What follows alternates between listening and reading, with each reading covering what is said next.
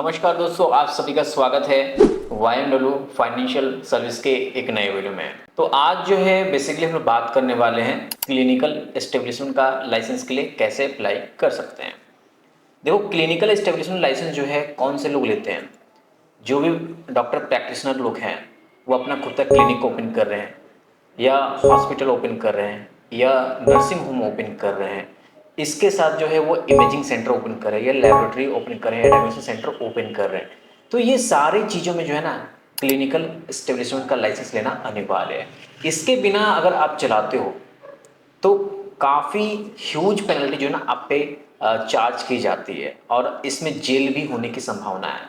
तो कोशिश कीजिएगा कोई भी काम स्टार्ट करो तो लीगल फ्री हो काम करो। पैसा थोड़ा लगता है बट वो आपको टेंशन फ्री कर देता है।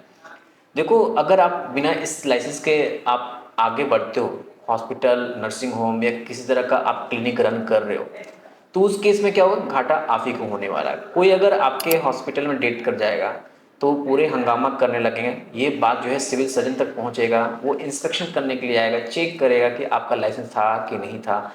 देन आपको 5 लाख रुपया प्लस जेल दोनों में घुसा देगा। ठीक है, घुसा देगा क्या, वो आपसे घूस भी ले लेगा। ठीक है, तो अच्छा खासा घूस मांगे आपसे। तो कोशिश कीजिए लीगल फ्री हो जाओ और अपना सारा लाइसेंस अप्लाई करके ही आगे जो है आप प्रोसीड करो। तो देखो, यहाँ पे जब भी क्लिनिकल एस्टेब्लिशमेंट लाइसेंस के लिए अप्लाई करना चाहते हो तो उससे पहले जो है आपको कुछ डॉक्यूमेंट रिक्वायर्ड रहेंगे। वो कौन कौन से डॉक्यूमेंट रहेंगे वो मैं आपको यहाँ पे दिखाता हूँ। देखो, ये क्लिनिकल एस्टेब्लिशमेंट लाइसेंस का ये चेकलिस्ट है जिसको आपको समझना पड़ेगा। सबसे पहले ट्रेड लाइसेंस सर्टिफिकेट। अगर ट्रेड लाइसेंस सर्टिफिकेट नहीं है तो शॉप एक्ट का जो लाइसेंस होता है उसको लेकर भी यहाँ पे काम कर सकते हो, क्योंकि डिपेंड करता है कि आप रूरल एरिया में है, अर्बन एरिया में है। तो इस पे जो है ना ये आपका सर्टिफिकेट वेरी करता है ना। Pollution clearance certificate, city CTO दोनों आपको लगे यहाँ पे। क्लिनिकल वेस्ट डिस्पोजल यानी कि बायोमेडिकल वेस्ट का ऑथराइजेशन जो है ना आपको पोल्यूशन कंट्रोल बोर्ड से लेना पड़ेगा। जब क्लियरेंस आप पोल्यूशन कंट्रोल बोर्ड में लेने जाएंगे ना, उससे पहले आपको किसी भी कंपनी से एमओयू साइन करना पड़ेगा जो आपका ये वेस्ट को उठाकर जाकर डिस्पोज दूसरी जगह पे करेगा। ये चीज़ का हमेशा याद रखना।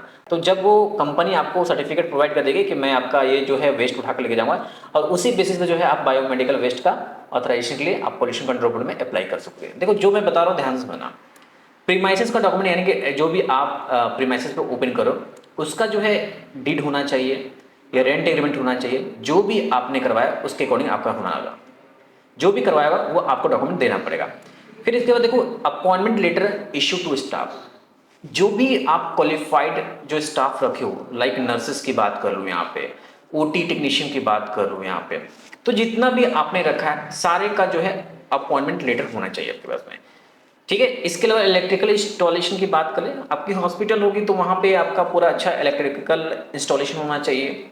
अगर वो नहीं है तो उसमें दिक्कत आ जाएगी। प्रॉपर्टी टैक्स रिसिप्ट ये मैंडेटरी है यहाँ पे, है ना।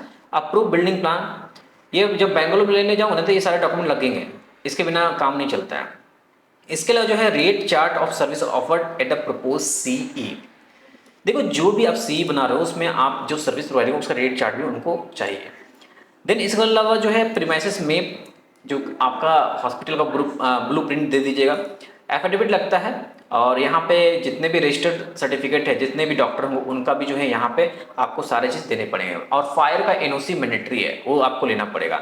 और इसके अलावा जो है जो फायर एक्सटिंग्विशर है तो वो भी आपको रखने पड़ेंगे। इसके बाद जो लाइसेंसी होगी, जो प्रोप्राइटरी होगी, उसका फोटो आईडी और एड्रेस भी आपको देना पड़ेगा। इसके अलावा इतने सारे डॉक्यूमेंट है, आप देख लेना जिसके अकॉर्डिंग आप आगे बढ़ोगे उसके अकॉर्डिंग ये आपका करना पड़ेगा।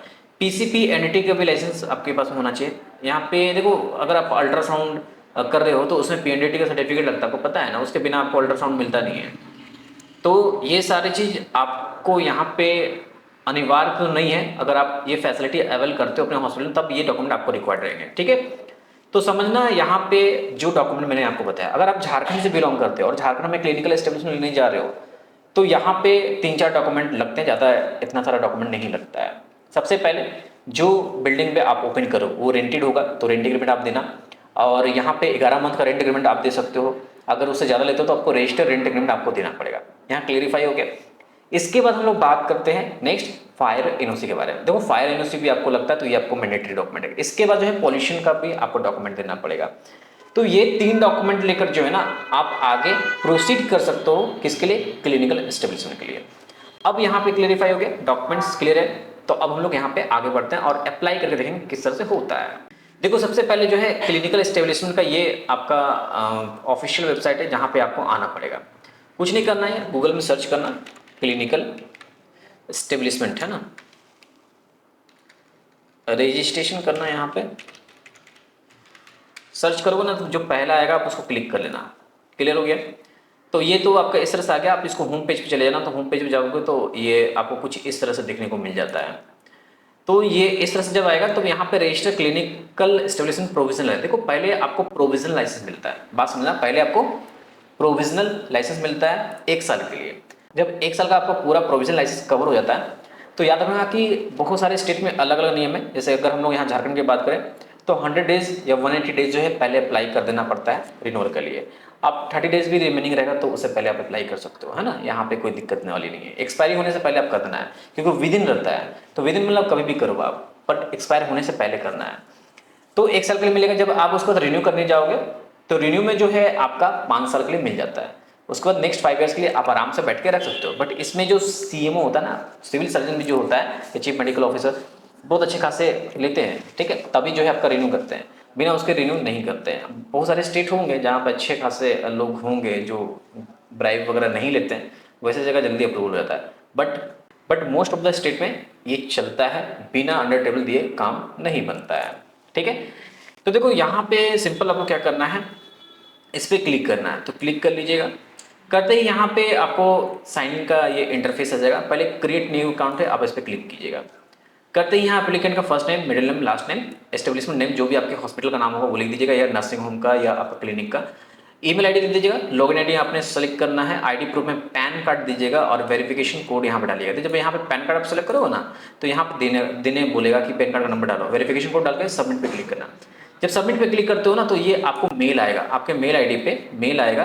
देखो यहाँ पे CERR, ठीक है ना, यूजर डिटेल। यहाँ पे इस तरह से मेल आता है। यहाँ पे यूजर आईडी पासवर्ड दोनों लिखा हुआ है। इसी यूजर आईडी पासवर्ड के माध्यम से मुझे क्या करना पड़ेगा, क्लिनिकल एस्टेब्लिशमेंट लाइसेंस के लिए अप्लाई करना पड़ेगा। तो देखो सिंपल सी बात है। यहाँ पे आप कैंसिल करते हैं। करने के बाद जो है लॉगिन आईडी हो जाएगा, पासवर्ड आ गया। अब यह कैप्चा फिल करके लॉगिन पे क्लिक कर देना है। जैसे आप लॉगिन करोगे कुछ इस तरह से इंटरफेस दिखेगा। देखो ये जो पहले से लाइसेंस अप्लाई किया हुआ ना उनका इंटरफेस है ना। तो देखो इस तरह का इंटरफेस दिखेगा। ये तो अभी रिन्यूअल के लिए दे रहा है, बट यहाँ पे अगर आप अप्लाई न्यू प्रोविजनल सर्टिफिकेट है, आपको यहाँ पे क्लिक करना पड़ेगा। तो देखो यहाँ पे जो फ्रेश लोग होंगे उनका किस तरह से इंटरफेस दिखेगा मैं आपको दिखा देता हूँ। यहाँ पे जो है मुझे आपको दिखाना पड़ेगा थोड़ा सा इसका मैनुअल। देखो न्यू रजिस्ट्रेशन है, मैनुअल में जो है मैं आपको दिखाना चाहता हूँ किस तरह से आपको दिखेगा, उससे कुछ आइडिया हो जाएगा आपको, है ना, क्योंकि मेरा फ्रेश एप्लीकेशन नहीं है। हाँ देखो मिल गया यहाँ पे, है ना। देखो जब आप जब रजिस्ट्रेशन करके लॉगिन करोगे तो इस तरह से आपको इंटरफेस देखने को मिलेगा। जो इंटरफेस दिख रहा होगा, apply for new provision certificate, you can apply for more than 1 clinical establishment for provisional certificate. देखो हो सकता है एक से ज़्यादा आपका हॉस्पिटल हो, तो उस केस में आप जो है यहाँ पे सेकंड वाले ऑप्शन में क्लिक करके अप्लाई करोगे। और after 10 days from application submit you can download provision certificate if approve. देखो आपका अगर अप्रूव हो जाता है 10 दिनों बाद अपने सर्टिफिकेट को डाउनलोड कर सकते हो। यहाँ पे ये साफ साफ बताया गया है। यहाँ पे क्लियरिफाई हो रहा है। तो यहाँ पे पहला वाला जो ऑप्शन है आप इस पर भी क्लिक करके जो है आगे प्रोसीड कर सकते हो, या apply for new provision certificate इस पर भी क्लिक करके आप अप्लाई कर सकते हो। देखो जब यहाँ पे आप अप्लाई करोगे क्लिक करके तो सबसे पहले क्लिनिकल का नाम, जो आपके क्लिनिक का नाम है वो दे दीजिए। जैसे कि यहाँ पे एग्जाम्पल देख रहे हो गायत्री हॉस्पिटल लिखा हुआ है, तो आप लिख सकते हो। फिर जो हॉस्पिटल का एड्रेस है वो देना है यहाँ पे, ना कि प्रोप्राइटर का एड्रेस देना है, याद रखना। यानी यहाँ पे कंपनी की बात हो रही है। अगर आपकी कंपनी तो कंपनी का एड्रेस यहाँ नहीं देना है। आपकी जो एस्टेब्लिशमेंट है, जो क्लिनिकल यानी जो हॉस्पिटल जहाँ खुला उसका एड्रेस देना है। तो एड्रेस प्रॉपर वे में मेंशन कीजिएगा। स्टेट सेलेक्ट कर लिए, जो भी स्टेट होगा आपका। यहाँ डिस्ट्रिक्ट सेलेक्ट कर लिए, जो भी डिस्ट्रिक्ट होगा। यहाँ पिन कोड दे दीजिएगा। STD कोड देने की जरूरत नहीं है, टेलीफोन भी देने की जरूरत नहीं, मोबाइल नंबर दे दीजिएगा, ईमेल आईडी दे दीजिएगा, है ना। अब नेम ऑफ द ऑनर की बात की जा रही है। यहाँ मेरा नाम लिखा हुआ है, बट यहाँ पे आपको अपना नाम मेंशन किया रहेगा पहले से, क्योंकि जिस नाम से आप रजिस्टर करोगे वो आपको देखने को मिल जाता है। अब यहाँ पूछेगा क्या क्लिनिकल एस्टेब्लिशमेंट का जो एड्रेस था वो सेम एड्रेस है यहाँ पे। अगर होगा तो यहाँ पे क्लिक करके ये सेम एड्रेस आप भर सकते हो। अगर डिफरेंट होगा तो यहाँ पे आपको एड्रेस 1 2 में जो है अपना एड्रेस फिल कीजिएगा। तो यहाँ पे आप अपना स्टेट डिस्ट्रिक्ट सारा सेलेक्ट करके जो है इसको मेंशन कर दीजिएगा। देन इसके बाद बात आती है नेम ऑफ पर्सन इंचार्ज के बारे में। देखो जो इंचार्ज पर्सन होगा वो क्वालिफाइड पर्सन होगा, जो मेडिकल क्वालिफाइड पर्सन को ही नाम डालना। तो यहाँ जो भी डॉक्टर का आप एमबीबीएस सर्टिफिकेट ले हो तो वो फर्स्ट नेम लास्ट नेम डाल देना। यहाँ पे जो है मेडिकल क्वालिफिकेशन जो भी होगा वो आप मेंशन कर देना। एलोपैथिक में है अप्लाई करो तो एलोपैथी डालना। और याद रखना कि अगर ऑनर खुद डॉक्टर है तो वो अपना सेम एस ऑनर डिटेल कर सकते हैं। कैटेगरी में जो भी होगा उनका वो आप सेलेक्ट कर लेंगे। ग्रेजुएट है ग्रेजुएट सेलेक्ट कर लेंगे। यहाँ पे एमबीबीएस आएगा, एमबीबीएस कंप्लीट किया है तो रजिस्ट्रेशन नंबर उनका मेंशन रहता है, तो आप उस रजिस्ट्रेशन नंबर को यहाँ पे दिखा देना। इसके बाद जो है यहाँ पे कौन से काउंसिल से, जैसे कि झारखंड मेडिकल काउंसिल है तो वो मेंशन कर दूंगा यहाँ पे। उनका मोबाइल नंबर ईमेल आईडी यहाँ पे दे देना।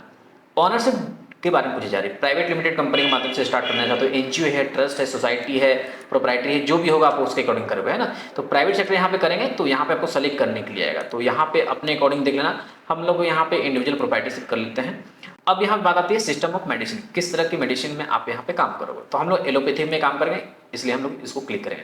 अगर आपके हॉस्पिटल में होम्योपैथी भी रहेगी या योगा वाला लोग रहेगा तो उसके अकॉर्डिंग सारे चीज़ को आपको ये टिक आउट करना पड़ेगा। बट याद रखना कि सारे जितने भी क्वालिफाइड पर्सन है सारे का आपको डिटेल्स यहाँ पे देना पड़ेगा जब वो वेरिफिकेशन के लिए आएंगे। तो इसके बाद जो है टाइप ऑफ क्लिनिकल सर्विस है, तो यहाँ पे किस तरह से मल्टी स्पेशलिटी है या सिंगल स्पेशलिटी की बात हो रही है, सुपर स्पेशलिटी की बात हो रही है या जनरल है।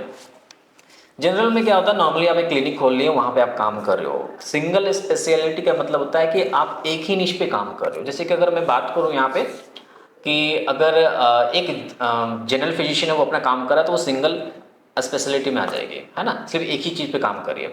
मल्टी स्पेशलिटी में क्या हो गया, जैसे कि मैंने ऑर्थो का भी काम कर रहा हूँ, गाइनो का भी दिखा रहा हूँ, पीडिया का भी आप वहाँ पे काम कर रहे हैं, डेंटल का भी दे रहे हैं, तो मल्टी स्पेशलिटी में काम आ जाती है ना। मतलब मल्टी स्पेशलिटी में काउंट आती है। इसके अलावा जो है आप मेडिकल का भी सर्विस दे रहे हो, यानी कि दवाई का भी दुकान आप दे रहे हो, आप वहाँ पे फार्मासी, इसके अलावा जो है आप वहाँ पे डायग्नोस्टिक का भी काम कर रहे हो, तो मल्टी स्पेशलिटी आपको सेलेक्ट करना चाहिए। और यहाँ पे in patient, out patient, laboratory, imaging centre और एनी अदर जो भी होगा वो आप यहाँ पर करोगे। इन पेशेंट का पता है, इन पेशेंट मतलब कि आप पेशेंट को भर्ती कर रहे हो तो इन पेशेंट सेलेक्ट करना।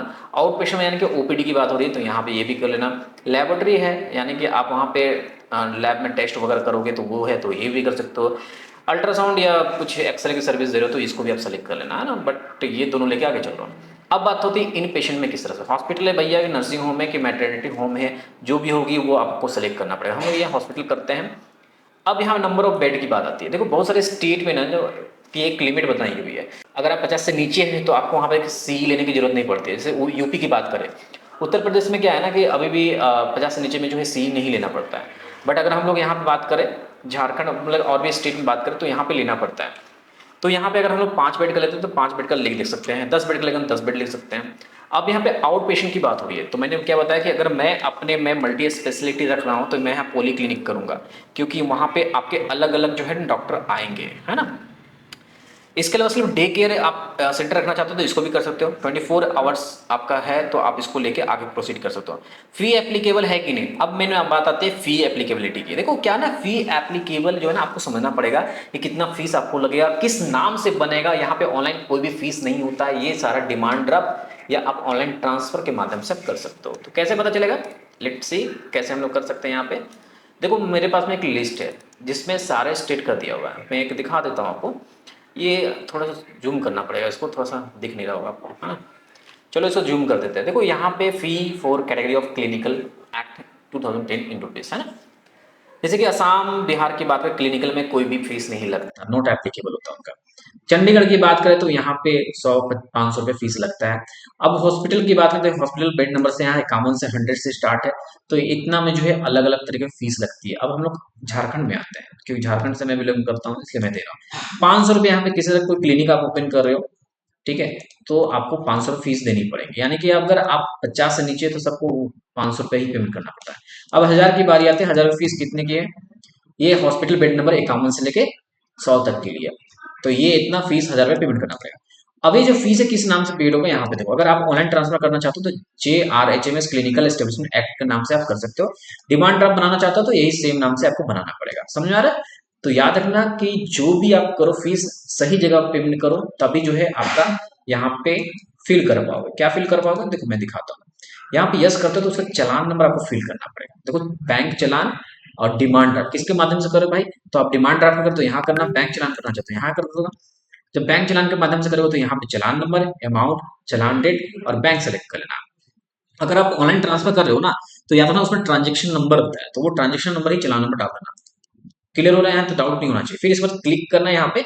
अब इसको जो है सेव एज ड्राफ्ट करना है, ठीक है। अब इसको सबमिट नहीं करना। जब सेव एज ड्राफ्ट कर लोगे तो उसका पूरा इन्फॉर्मेशन चेक कर लेना, सही है इन्फॉर्मेशन, तभी जाके जो है आप उसको फाइनली सबमिट के बटन पे क्लिक करना। अब पूछोगे सर यहाँ पे कोई डॉक्यूमेंट अपलोड करने का ऑप्शन आता है? डॉक्यूमेंट अपलोड करने का ऑप्शन नहीं आता है। जो आपका सिविल सर्जन है वो विजिट करेगा, विजिट करने के बाद सारा जो है आपका डॉक्यूमेंट चेक करता है, प्रॉपर वे में डॉक्यूमेंट होगा, तभी प्रोविजनल लाइसेंस जो है आपका ग्रांट हो जाता है। 10 दिन का समय लगता है ग्रांट होने में। बट मोस्टली अगर झारखंड की बात करें, प्रोविजनल लाइसेंस में जो है उतना दिमाग नहीं लगाते हैं, जल्दी अप्रूव हो जाता है। बट जब रिन्यूअल की टाइम आती है ना, तब अच्छा खासा जो है ना आपको अमाउंट देना पड़ता है उसमें, है ना। तो याद रखना किस तरह से एप्लीकेशन होती है। तो ये जो है मेरा है, तो मैं दिखा दूं, जब एप्लीकेशन हो जाता है तो आपका वहां पे सबमिट फाइनली हो जाता है। तो मैं दिखा दूं किस तरह से दिखेगा आपको इंटरफेस। देखो इस तरह से इंटरफेस आएगा जब आप एप्लीकेशन सबमिट करोगे। Your application has been send successfully, please log in after 10 days and check the status. क्योंकि वो 10 दिन का टाइमलाइन है, उसको अप्रूव करना ही है। अगर अप्रूव या रिजेक्ट दोनों में से कोई एक चीज तो करना ही है ना।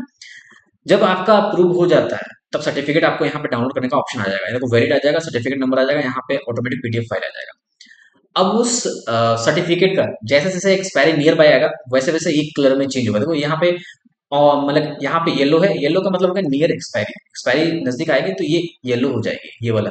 अभी क्या है, देखो ये ऑरेंज है, ऑरेंज वाला सर्टिफिकेट एक्सपायर्ड कर चुका है, इसलिए यहाँ पे अप्लाइड फॉर रिन्यू लिखा हुआ है। समझ में आ रहा है ना।